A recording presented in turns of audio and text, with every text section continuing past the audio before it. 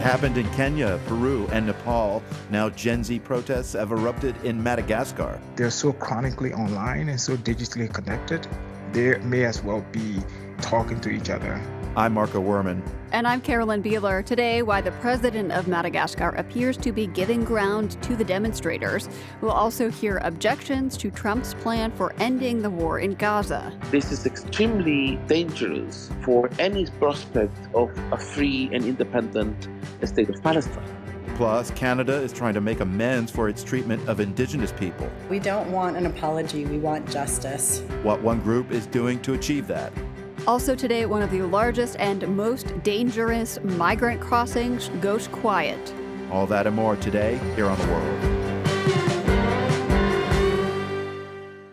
This is The World. I'm Carolyn Beeler. And I'm Marco Werman. Thank you for joining us. We begin the show today in Canada on a day of reckoning there. It has been a decade since the country's Truth and Reconciliation Commission published a report spelling out how Canada would address the injustices of its past treatment of Indigenous people. Specifically, the lasting harm done by residential schools, places where children who had been taken from their families were forcibly assimilated. One of those recommendations was a federal holiday observed today, the National Day for Truth and Reconciliation.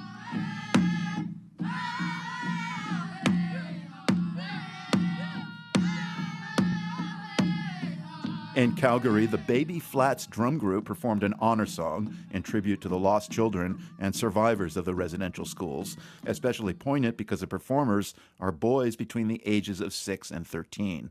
In the town of Brantford, just outside of Toronto, a different kind of ceremony was held today. One former residential school is reopening with a new mission. The World's Bianca Hillier has the story. The Mohawk Institute was the longest-running residential school in Canada. Over the course of 140 years, an estimated 15,000 children were forced to attend the school in southern Ontario before it closed its doors in 1970. For Heather George, this history is personal. 3 of my uncles were brought here from Akwesasne, which is a Mohawk community 700 kilometers away from where we are right now. Survivors of residential schools say they endured physical and sexual abuse, along with poor education and punishment for speaking their own language. But growing up, George didn't hear these stories. A lot of survivors didn't feel really comfortable talking about what had happened to them. Until about 10 years ago, she says, when the country's Truth and Reconciliation Commission published its report addressing the lasting harms of the residential school system on Indigenous people. And that process led to many, many survivors testifying about their experience. And I think as they heard other survivors speaking, it made them feel like, oh, this didn't just happen to me. It happened to other people too. And so they became more comfortable with sharing their stories. Some of those stories are now on display in the very building where they took place. While many residential schools have been torn down, the Mohawk Institute remains standing. Today, it's opening up as a museum called the Woodland Cultural Center. George is the executive director and chief curator. The opening it's pretty monumental because we've been at this now for over a decade. She says the building's roof was collapsing and lead paint and asbestos needed to be removed.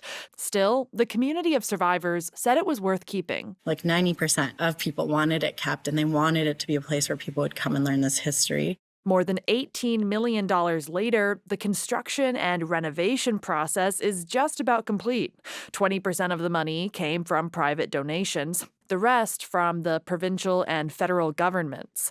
This morning, hundreds of people gathered for the official reopening. The building is the largest artifact that was left behind. Rick Hill, senior historian and curator on the project, told the One Dish, One Mic podcast that the team let the building speak for itself. During the renovations, it was very interesting to me that hundreds of objects were revealed in the floorboards, behind the wall. It was almost as if the building was trying to say, consider this, look at this, remember this. Some of the items found hidden in the building are toys, candy wrappers, clothes, and letters.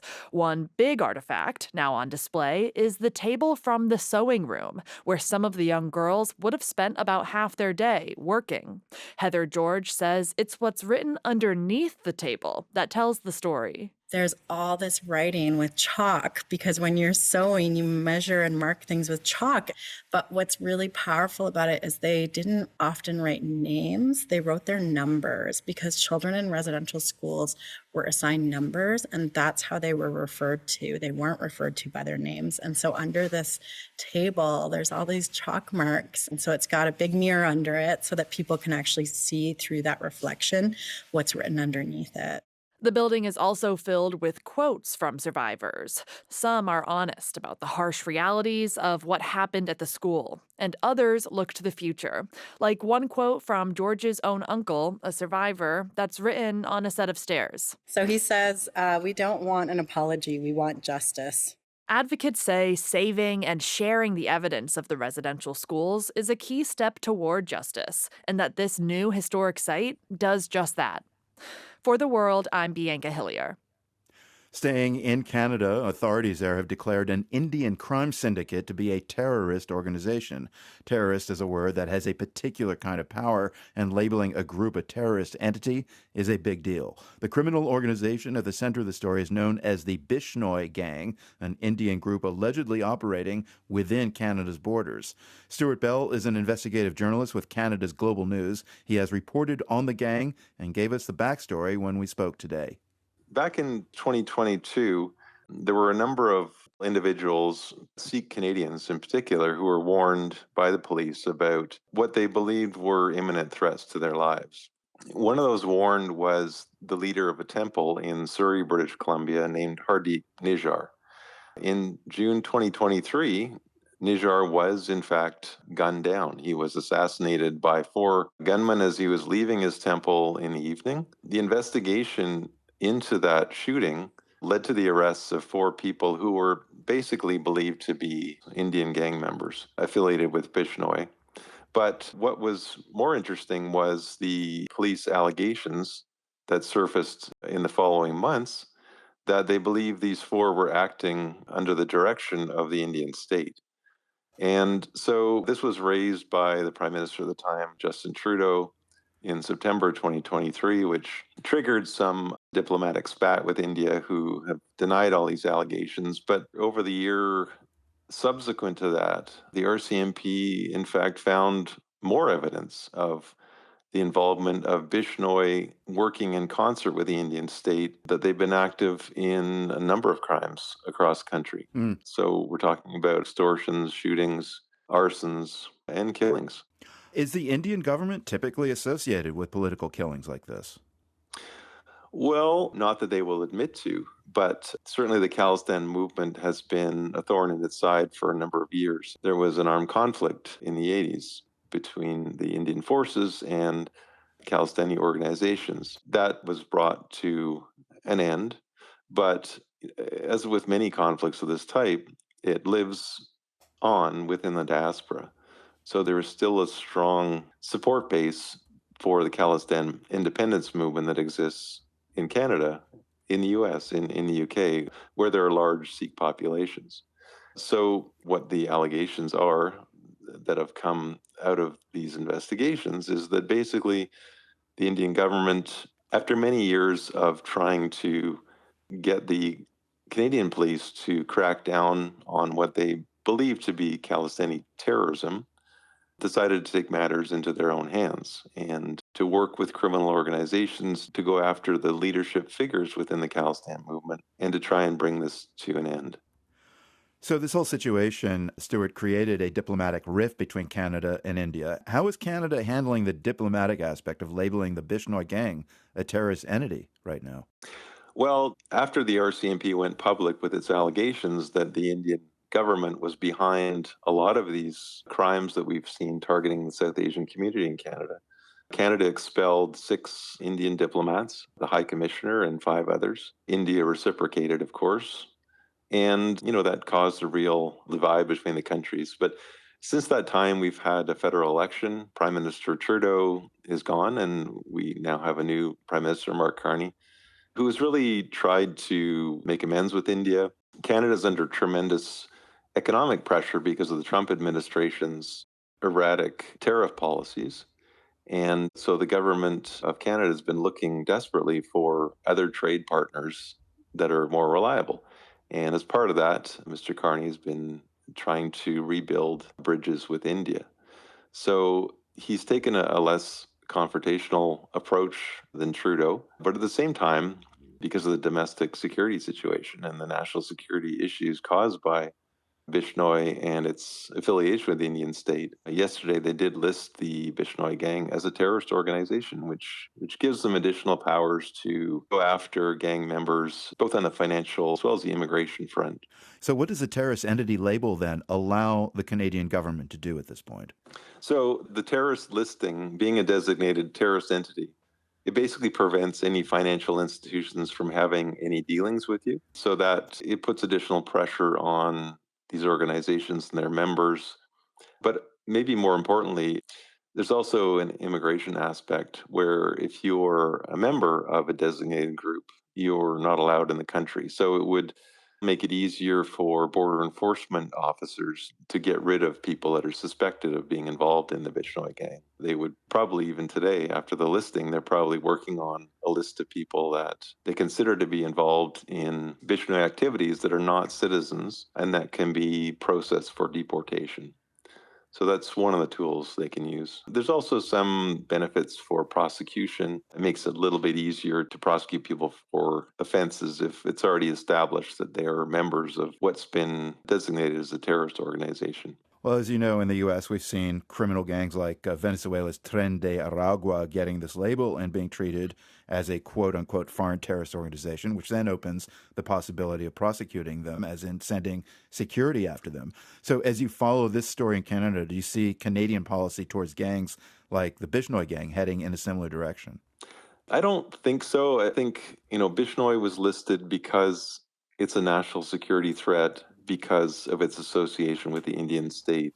We do have a couple of other gangs, like the one you mentioned, on our terrorist list, but really that was only done, I believe, to appease President Trump, who at one point was imposing tariffs on Canada under the pretext that Canada was a national security threat because of the border, et cetera, et cetera. So I think putting Tren de Aragua on the list was really something that was done just to try and satisfy President Trump. But for the most part, the list is really for terrorist organizations, Islamic State, Al-Qaeda, various right-wing groups. And I think our security agencies will be very loath to put groups on the list that really don't somehow meet the terrorist definition in a very strict way. That was Canadian journalist Stuart Bell of Global News.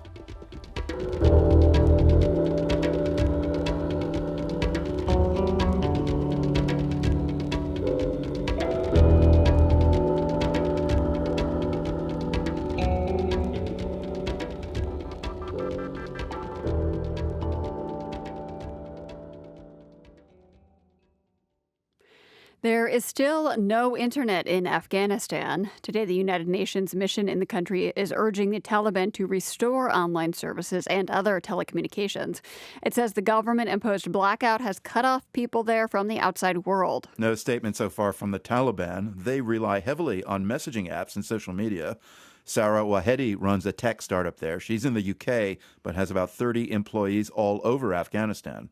People are really just terrified for their families, and many people need dire services. Others have said, I need to send remittances back to my family to pay rent. So this is impacting Afghans at an incredible scale. It's really terrifying. Earlier this month, smaller outages were part of a Taliban decree banning the internet to prevent immorality. More on that tomorrow when we hear about the dramatic impact the internet blackout is having on the lives of people across Afghanistan. That's in a report from the World's Shirin Jafari.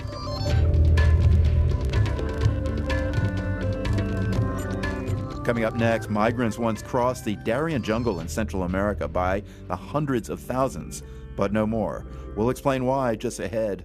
You're with The World.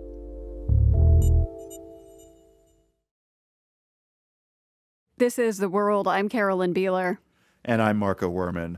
The Darien Gap is a treacherous stretch of jungle in Central America at the border between Colombia and Panama. Every year, hundreds of thousands of people have risked a dangerous trek through it, trying to migrate from South America to the U.S. Reporter Manuel Rueda has been to the Darien Gap many times. On the Colombian side of the jungle crossing, migrants would catch boats to the start of the trail. Crowds of people huddled together, wearing rubber boots, all of their possessions wrapped in garbage bags.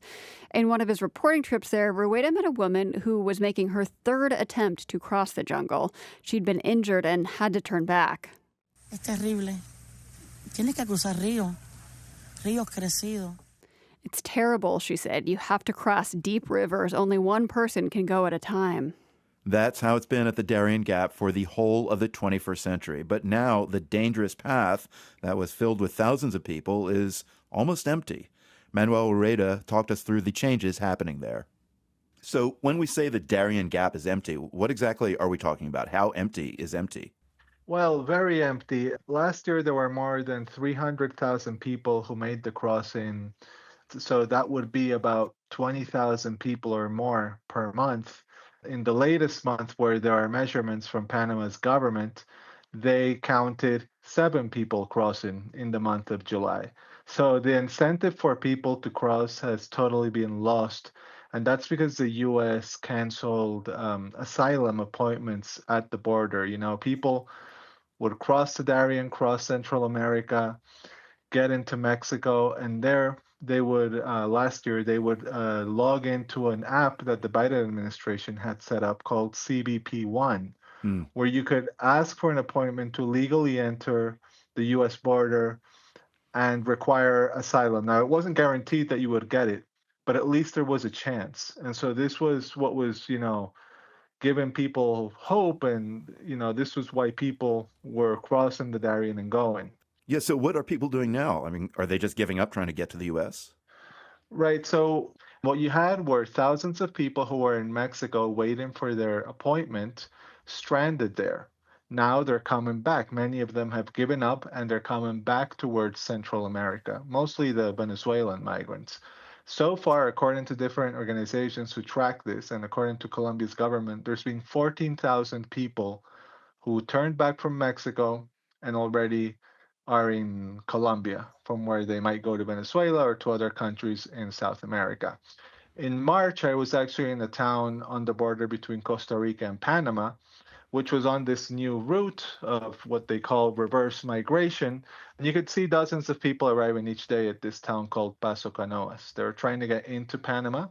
One guy I spoke with, a mechanic from Venezuela, his name is Alvaro Martinez, and this is what he said about why he was going back. Porque es muy trabajoso allá en México. Trabajo, pagar el alquiler, la comida, no puede ahorrar nada. So he's saying in Mexico, it's just very difficult to get by, to pay for your food, for your rent.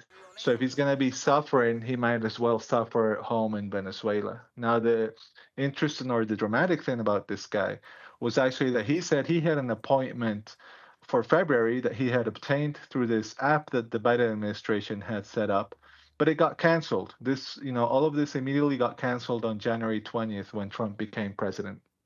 What are the risks of the new route, Manuel? So the new route is different because the new route, when they're going south, they're not crossing the Darien jungle again. That's why the Darien jungle is empty now. So what they're doing is they're going to some towns in Panama where there's boats taking them towards Colombia across the Caribbean Sea. Because remember, there's no road between Panama and Colombia because the jungle is so dense there. That involves taking some very fragile boats towards Colombia, which they have to pay significant amounts for. I mean, they might have to pay $280, $300 for the boat ride from Panama to Colombia. These people have already run out of money because they spent their savings trying to get to the United States. Right. So they're getting stranded for weeks at a time at different small towns along the way in Costa Rica or in Panama. The UN has been tracking this, and this is what Scott Campbell, the UN Human Rights Director in Colombia, told me about the risks, especially that children face who are on this route. Children are at high risk as they're stuck in transit, very few resources, very few options, and armed groups are quite skilled at luring children into their ranks. And then once they're in, it's extremely difficult to get out. So basically, he's saying that the gangs in Colombia or in Panama are recruiting young people who get stranded as they're trying to make the route south. So, what is happening in the old Darien Gap route right now? Like in the jungle, if I were to drop in there, what would I see? Well, you would find very quiet villages. These villages, especially in the years 2022, 23, and 24, had a huge economic boom because they had hundreds of thousands of migrants passing through there. So the people in the villages were providing transport to the migrants, they were selling food to the migrants, they were even, for example, renting the electricity in their home to the migrants so they could charge their phone. Now this is gone. Now, some people, for example, made investments. They bought boats, for example, to transport the migrants along rivers in the jungle. And now they can't do anything with the boat. They lost that money. The villagers on the edge of the Darien jungle, for example, before they were subsistence farmers, then they started to work with migration. Now they have to go back to their crops and wait several months for the crops to work again because they stopped tending their farms. So these towns are basically in a pretty big economic slump.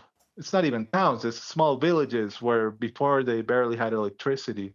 Now they've made some improvements with the money that they made from migration, but now again they're in a major slump, and maybe some of the people from these villages are now traveling to cities like Panama City to get work. What is the future of the Darien Gap, Manuel? Are people talking about that, or as politics continue to evolve, do they think it'll eventually become a migration route again? Well, right now it's a very quiet area, but there are people who say, look, this could change. And this is what Adam Isaacson from WOLA, a human rights and advocacy group, told me. It has now been proven that you can get hundreds of thousands of people through this, this once impenetrable route. It is now penetrable. It's hard to imagine it never again being a migration route. So I think what he says there makes sense. If the incentives change in the United States, or if there were another big push factor in Africa or South America motivating people to go to the United States, then maybe this will reactivate, because people used to be very scared of the Darien Gap. Maybe 15, 20 years ago, nobody would cross this because the jungle is so complicated and dense. But then all these trails were set up, and this whole system of getting people through in 2 or 3 days even was set up. So there's going to be a memory of that, and people are no longer going to be scared of this place so much anymore. Reporter Manuel Rueda bringing us the latest on the remarkable change that has settled on one of the world's busiest and most dangerous migration routes, the Darien Gap.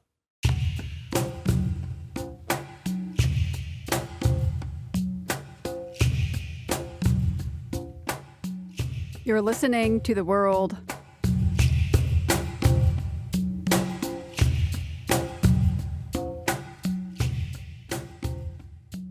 I'm Tinku Ray, Executive Editor at The World. The government's decision to eliminate federal funding for public media is a devastating blow to communities nationwide. The World is also affected by this defunding. Since our launch in 1996, The World has been an integral part of the public media system, airing on nearly 370 public radio stations across the US and Canada, taking you to places you may never have heard of and bringing you the stories that connect us on this planet. Without federal support, local stations, especially in rural and underserved areas, face deep cuts or even closure. Vital public service alerts, news, storytelling, and programming like The World will be impacted. The World has weathered many storms, and we remain steadfast in our commitment to being your trusted source for human-centered international news, shared with integrity and care. We believe public media is about truth and access for all. As an independent, non-profit newsroom, we aren't controlled by billionaire owners or corporations. We are sustained by listeners like you. Now, more than ever, we need your help to support our global reporting work and power the future of the world. Please visit theworld.org/give to learn more and to make your donation now. That's theworld.org/give. On behalf of the entire team here at The World, thank you. You make our work possible. This is The World. I'm Carolyn Beeler. President Trump said this morning that he will give Hamas 3 or 4 days to respond to a ceasefire proposal for Gaza. If the Palestinian militant group rejects the deal, Trump says he will, quote, let Israel do what they have to do. Trump rolled out the 20-point Gaza peace plan yesterday during an appearance at the White House with Israeli Prime Minister Benjamin Netanyahu. There is a lot of energy behind the proposal. Leaders across the Middle East and the United Nations Secretary General are urging all parties to go along with it. But as The World's Matthew Bell reports, there is no shortage of skepticism. Even before Benjamin Netanyahu returned to Israel today from Washington, he was getting criticism at home for agreeing to Trump's peace plan for Gaza. Finance Minister Bezalel Smotrich called it a resounding diplomatic failure that ignores every lesson of October 7th. Far-right members of Netanyahu's coalition are threatening to quit if he ends the war before achieving total victory over Hamas. They've also called for pushing Palestinians out of Gaza and rebuilding Jewish settlements there. But Trump's peace plan says explicitly, Israel will not occupy or annex Gaza. Javier Abouid says that is important. He's a former Palestinian negotiator and spoke with me today from Ramallah in the West Bank. This plan blocks the idea of an ethnic cleansing of Gaza. And that's a good thing, he says. Abouid says another good thing about the Trump plan is that it might potentially stop the killing of Palestinians in the Gaza Strip. Every day we have new orphans. Every day we have new handicapped people. Every day we have more people dying of hunger. So this is a situation that has to end yesterday. We should not wait. But beyond the humanitarian dimension, Abouid says this so-called peace plan cannot be taken seriously. It's a product of U.S. and Israeli negotiations, he says, that doesn't take Palestinian political aspirations into account. It provides Israel with a veto right over the future of Gaza and does not set a timeline for a full Israeli withdrawal from Gaza.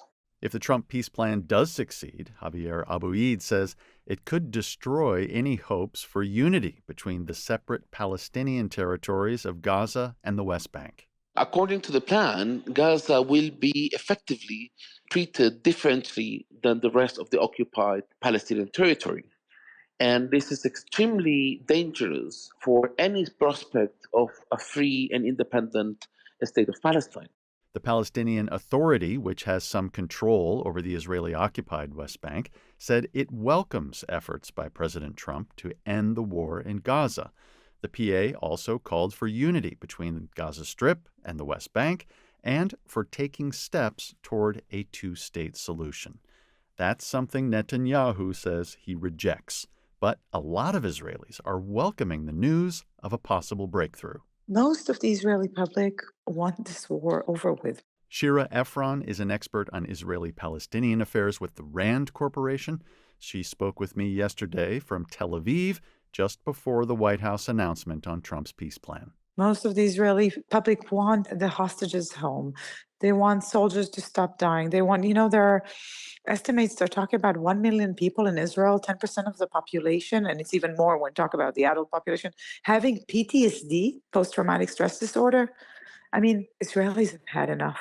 The Trump peace plan talks about a reformed Palestinian Authority eventually taking over in the Gaza Strip. Efron says that's important because there's just one realistic option for governing the Palestinian territory long term. There's no other actor that is willing and interested in ruling Gaza when Hamas is gone. There's just no one. We can fantasize about Tony Blair and Jared Kushner, United Arab Emirates, and everyone is willing to lend a hand and help in the transition phase. But in the long run, it's the Palestinian Authority, which is basically the Fatah leadership. It's a two-party system, Hamas and Fatah. Fatah is the PA. But before any of this moves forward, Hamas would need to agree to free the remaining hostages. After that, about 2,000 Palestinian prisoners would be released from Israeli prison. Israeli troops would pull back from their current positions inside Gaza, and aid would flow into the territory. Then Hamas members who commit to peaceful coexistence and give up their weapons would be allowed to leave, and a new technocratic authority would take over. Hamas is under a lot of pressure from Arab governments to end this war, which began almost 2 years ago. For The World, I'm Matthew Bell.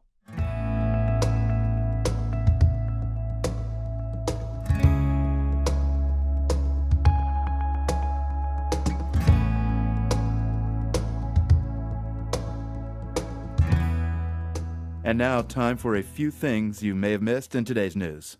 If you are a soccer purist, this will sound blasphemous. British football, aka soccer, is taking pointers from American football, a sport based entirely on choreography or set plays.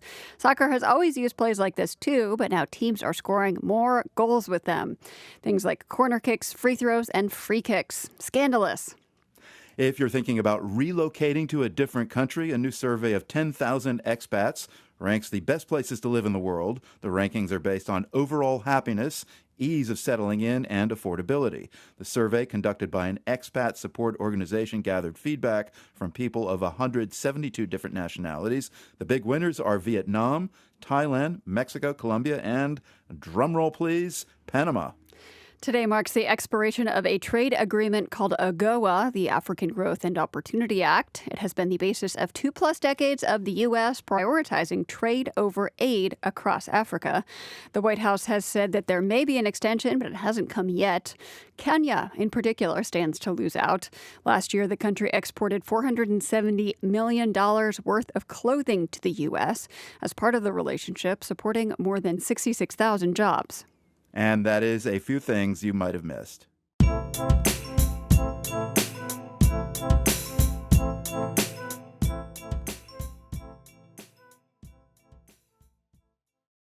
Young people in Madagascar have taken to the streets.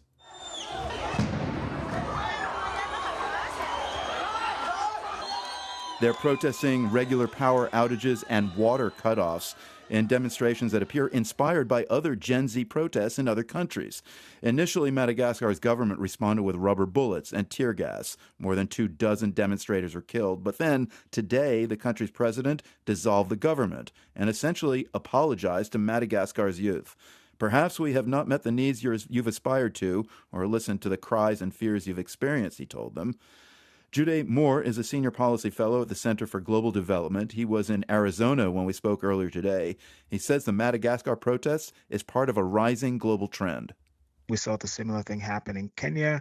We're actually seeing similar thing happen in Morocco at the moment. And obviously that's the Peru and the Nepal situation. And these young Malagasy protesters are self-aware, giving themselves the title Generation Z Madagascar. What pushed this groundswell of frustration over the edge and mobilized so many young people? You can't ignore what's happening elsewhere on the continent. For a couple of years now, Kenya has actually led this. That Gen Z in Kenya has actually pushed at the government again and again, beginning first with the tax bill and then recently with extrajudicial killings. And then we saw what happened in Nepal. But this stuff also happened in Indonesia and in other places. One is there's economic disillusionment. These are young people who are very educated. They grew up on the internet, so they're seeing what's happening elsewhere in the world. The high education levels, underemployment, the wages are stagnant, and very little housing accessibility. So all of these economic issues are just coming to head in a way. And then, unlike their father's generation or their parents' generations, they're not as passive. Because they grew up in a more connected time where they have the capability of being able to organize themselves in ways without leadership. This is one of the differences with this. There's no one to negotiate with. There's no, this is the person who's organizing. This is all organic. So part of what we're seeing in Madagascar is just a reflection of a trend that is happening significantly across the continent, but in other places. So Madagascar's president, Andry Rajoelina, has now dissolved the government, firing all cabinet ministers. He's sounding pretty conciliatory, but before we get to that, we should say that the initial crackdown on protesters drew criticism from human rights advocates. What exactly happened? For the governments that are responding to these Gen Z protests, they haven't encountered anything like this, right? This is new. So they simply go back to the old playbook, and everything you did before is what you do, right? You start shooting people, you start using tear gas, you start arresting people. But because these young people are so connected, digitally, everything that is happening to them is also being broadcast to the world. And that immediately puts governments on the back foot. So the initial response is, use show of force, and maybe they would back down. But then they sort of outfox the government because they expose the violence that has been perpetrated against them, especially because the causes that triggered the protests are so legitimate, so valid. Still, I mean, does President Rajolina's about face, it's also kind of a seeming validation of young people's concerns. Does that surprise you? It does.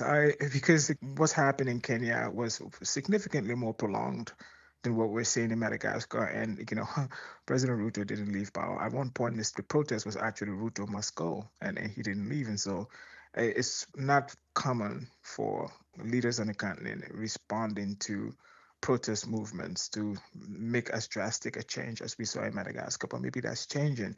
And part of what drives this is just institutional distrust. Across Gen Z, there is very low confidence in existing institutions, whether they're political parties or traditional media. There is a feeling that these are all in cahoots and that government systems are seen as sort of more extractive or performative. And so, because of this distrust, one imagines that the change that will sort of appease them has to be more than cosmetic. And that's what we're seeing from the president in Madagascar. Elaborate on that a bit more, Jude. What should we understand about the lives and prospects of young people in Madagascar today as we make sense of these events? The median age on the continent is 19. So half of everyone on the continent is under 19 years old. A significant portion of jobs created on the continent, including in Madagascar, which is one of the poorest countries on the continent, most of those jobs are in the formal sector. So there's people, selling knickknacks, and this idea that if you go to school, if you apply yourself, it gives you an opportunity to be able to earn a better living than your parents' generation. But in a lot of instances, especially in Madagascar, there's just rampant corruption, weak public systems, weak social safety net. So this idea of hopes that are dashed, hopes that are almost never fulfilled, and that just the economy isn't growing fast enough to create the kinds of jobs that are required. So they may not be talking, that there's no continental or regional association of Gen Zs that are exchanging notes, but they're so chronically online and so digitally connected, they may as well be talking to each other. I'm speaking with Jude Moore at the Center for Global Development about protests in Madagascar and their connection to other similar Gen Z protests around the globe. Thanks to that digital connectedness that you're talking about, there is a cultural political connection to these other movements around the globe that was spotted by the magazine Jeune Afrique. A pirate flag, a skull and crossbones, and the skull is wearing a yellow bowler hat. That was inspired apparently by a Japanese manga series called One Piece, spotted also at Indonesian protests and on the streets of Antananarivo. What do you know about that and what it represents?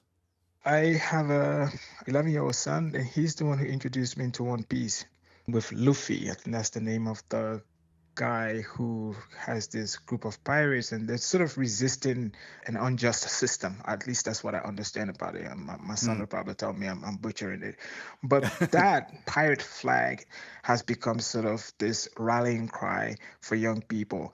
Again, these memes for adults, they may not seem to be anything, but for them, this is sort of a prism through which they see the world, a channel through which they're able to understand politics, understand their role in the world. And so we're seeing this in Indonesia, we saw this in Nepal, we're seeing it now in Antananarivo. Yeah, so the unjust system is what these protesters are responding to in Madagascar. There's also climate change, which has brought all sorts of weather-related shocks to Madagascar, droughts, cyclones, and floods. What role has climate change played in disrupting the country's economy? So this is a country that is significantly dependent on vanilla exports. Most of it is smallholder. There are no massive vanilla estates. And so it means that these farms and these smallholders are very, very vulnerable to changes in the climate. So yeah, climate is a big driver of the weakening economy and the inability of governments to provide for the kinds of services that their people require. Jude, do you think the protests and government response in recent days in Madagascar suggest what's to come in parts of the world where the impacts of climate change are dire, especially for young people imagining their future? This is one of the things I've worried about. It's one of the things that I've spoken to people who are in the position that I used to be in. I was deputy chief of staff to the president of Liberia and then later in the cabinet, was that Africa's young and growing population could be an asset. But without creating jobs, without creating opportunities, it then could be a liability. So two things here. One is the government's response means that for young people, if they're dissatisfied with the circumstances, they might push the government again. And for governments, because they've responded in this way now, they understand that, yeah, there are other ways in a democratic society for people to express their displeasure with the direction things are going. So I think we're going to see this story repeat itself in places again where young people face difficult opportunities and government themselves might be forced to govern better. Hopefully, on the good side, that the quality of governance improves and that governments are able to respond to the people so that to stave off the need for these kinds of violent protests and the damage and destruction that follow in their wake. Yeah, so finally, Jude, in terms of responding to the demands of young people, let's just briefly talk solutions. I mean, you were previously Minister of Public Works in Liberia. You know how hard it is to provide public services with a bare-bones infrastructure. What do governments have to contend with that listeners might not appreciate, governments on the African continent? There are lots of challenges that those governments face.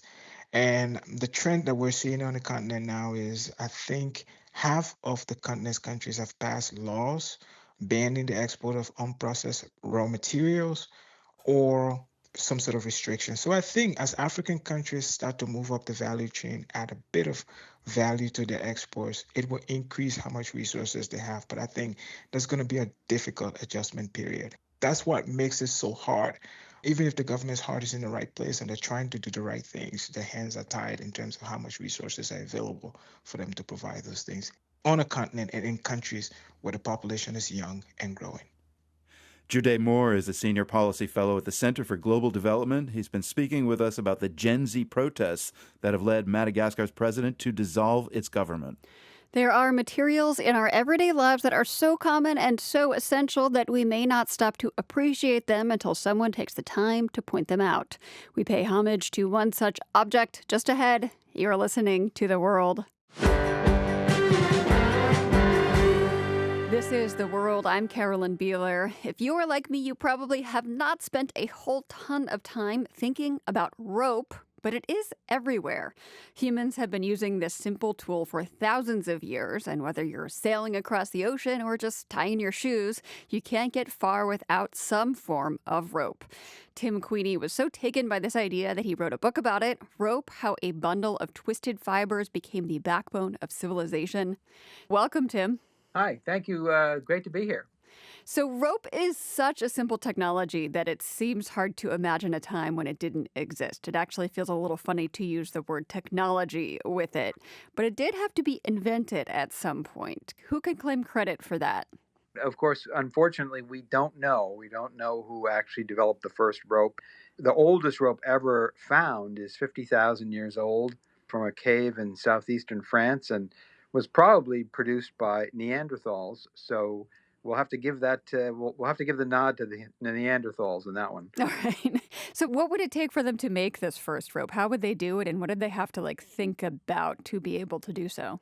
The scientists who found this and wrote papers about it have actually made the point that this represents abstract mathematical thinking by Neanderthals, so which is pretty amazing, because you have to get the fibers and you have to twist the fibers of a plant, some grass that they probably used, and twist those fibers into strands, and then those three strands are then have to be twisted in the opposite direction into the final rope. And this actually was 3-strand rope that was discovered in this cave. So it really shows that Neanderthals probably were far more advanced in their thinking than we probably give them credit for.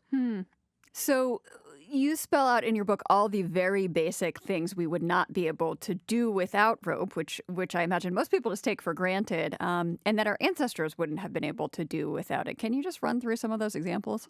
Well, I think probably the famous one that draws people attention is the pyramids and all the debate that's gone on about how were the pyramids actually built. All those theories require that you have rope because you can have 1,000 people ready to push a 2.5-ton block to make the Great Pyramid, but not all 1,000 of those people can actually get their hands on it to push it. But if you put a rope around it, they can all now drag that stone and make much easier work. I was intrigued by the use of rope in record keeping by civilizations like the Incan Empire. You write that they had something called a quipu. Am I pronouncing that right? Right, the quipu, yeah. Those were really amazing devices. They had horizontal rope, and then from the horizontal rope hung vertical ropes. And on those vertical ropes were tied knots. And the position of the knot and the type of knot indicates numbers. So you can convey census data all over the empire and other data, maybe agricultural information, whatever. They were carried by runners up and down the incredible highway system that the Incans had. So, in more recent centuries, when Europeans began sailing across the oceans, commercial and naval ships had this insatiable appetite for rope. So, making rope was big business in port cities. How big was that industry? How important was it to these port cities? It was amazing. I mean, every port city during the age of sail, every port city had a rope walk just because there was such a huge demand for it. And for example, in 1794 in Boston, the single largest group of workers who were mechanics were rope makers. Wow. And they worked, as you said, at rope walks. Can you describe what that was? A rope walk is basically a long building. Rope, the process for starting to make the rope, you start off to make the yarns, making yarn just like you do for knitting, for example. And one person would walk backwards as the yarn was formed and feeding more fibers into it. And so it became one of the reasons why it became called a rope walk was because of this initial backwards walking to make the yarns. But the need to make a long building was required because you need to make lots of rope and lots of long rope as well. Huh. Most of the rope that we have been talking about so far would have been made of hemp or another plant fiber. How did the introduction of other materials like metal and plastic products change what rope could do? Yes, the person who invented wire rope was a German engineer named William Albert in the 1830s. Wire rope would be like a cable. Typically called a cable, but it's made of strands of metal, just like rope made from plant material. It's actually twisted together just like that, because that was sort of the model they had for making rope was the plant material. So then he twisted iron strands together to make wire rope, and because he was in the mining industry and they wanted something that would carry a huge amount of weight. So it was really a perfect approach for using in industrial applications. And of course, cable is important for so many modern applications like building skyscrapers, right? Yes, exactly. And all the cable that we typically refer to as cable that you see building skyscrapers, that's all wire rope. Huh. You were a lifelong sailor. You learned to sail with your dad, I gather. So you've been around rope for a long time. I'm wondering what made you look at a piece of rope and think, I think there's a whole book in here. Well, it actually it was related to my dad. That after my dad passed away, my mom had all this rope and milk crates, and she said, from our various boats that we had, and she said, take this back to Maine with you. So I did, and I used it for various things. But one day I pulled out a piece of rope, and I was going to use it for some purpose, and it had a knot in it, and I was about to untie the knot when I suddenly realized, wow, my dad's fingers tied that knot. It's a physical example of him here in the world that's still here. So I couldn't untie it. I had to keep it, and I put the piece of rope up on the wall and started thinking about rope. Really interesting stuff, Tim. I definitely took rope for granted before I read this book, so you're going to make me look at it in a bit more of an appreciative light. Yeah, people have said to me that they'll be watching a show or something, and rope will be in the picture. I'm like, oh, then they'll go rope after they've read the book. Tim Queeny is the author of Rope: How a Bundle of Twisted Fibers Became the Backbone of Civilization. Tim, thank you so much for chatting with us. Oh, thank you so much. It's been great.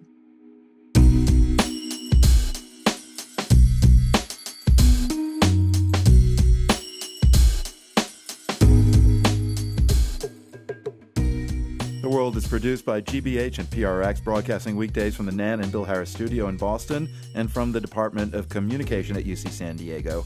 You can find us online anytime at theworld.org and find our original reporting on YouTube. You can also subscribe to our new channel there. I'm Marco Werman. And I'm Carolyn Beeler. Join us right back here tomorrow. The World is supported by the Corporation for Public Broadcasting, a private corporation funded by the American people. From the Carnegie Corporation of New York, working to reduce political polarization through philanthropic support for education, democracy, and peace.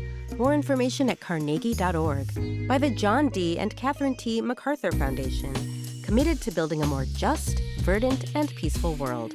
macfound.org.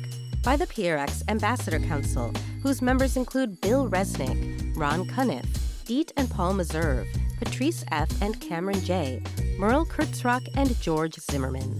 The World's theme music is composed by Ned Porter. The World is a co-production of GBH Boston and PRX.